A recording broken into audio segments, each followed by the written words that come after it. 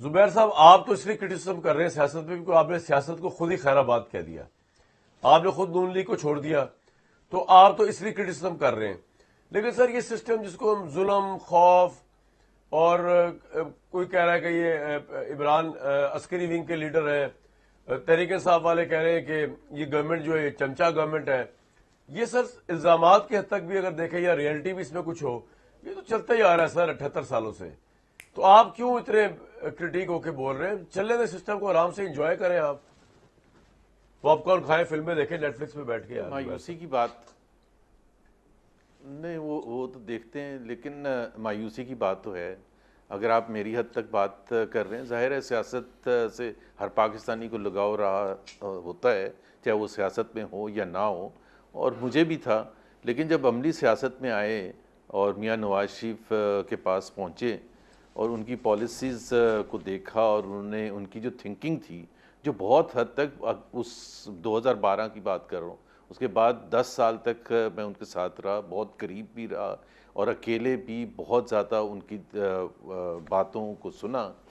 تو ظاہر ہے مایوسی تو اس وقت جا کے ہوئی جب انہوں نے بالکل ہی یو ٹرن لے لیا 180 ڈگریز.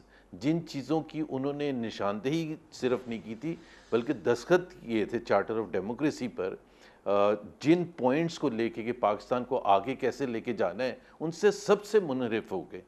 اور اس حد تک منحرف ہو گئے کہ خواجہ آصف جو ان کے سب سے ٹرسٹڈ ساتھی ہیں پچھلے 30-40 سال سے، انہوں نے یہ کہا، ابھی جو آپ نے سنا ہوگا، کہ یہ جو سسٹم ہے ہائیبرڈ سسٹم، یہ پاکستان کے لیے بہت ہی اچھا سسٹم ہے، اور اگر 90 کی دہائی سے یہ ہوتا تو پاکستان بہت آگے چلا جاتا. اب 90 کی دہائی سے کس نے روکا تھا اس سسٹم کو؟ سب سے بڑے تو اس کے اوپوننٹ تھے میاں محمد نواز شریف. انہوں نے سولین بالادستی کا نعرہ لگایا تھا نا، انہوں نے کہا تھا hybrid system is not acceptable. تو جو خواجہ آصف نے الفاظ استعمال کیے، وہی الفاظ اگر میاں نواز شریف استعمال کر لیں اور کہیں کہ جی ہائیبرڈ سسٹم بیسٹ ہے، اور اگر یہ 90 سے ہوتا، اور جس میں نے رکاوٹ تھا میں سب سے بڑا، تو پھر 2006 کی چارٹر آف ڈیموکریسی پھر سائن کی تھی تو غلط سائن کی تھی. پھر وہ جو نعرے لگائے تھے سولین بالادستی کے، غلط لگائے تھے. ٹرانسپیرنٹ الیکشنز کے نعرے لگائے تھے، وہ غلط لگائے تھے. اور عوام اور پارلیمنٹ سوورن ہوتا ہے، وہ غلط لگائے تھے. اور فوج کا کوئی تعلق نہیں ہونا چاہیے پالیٹکس سے، غلط لگائے تھے.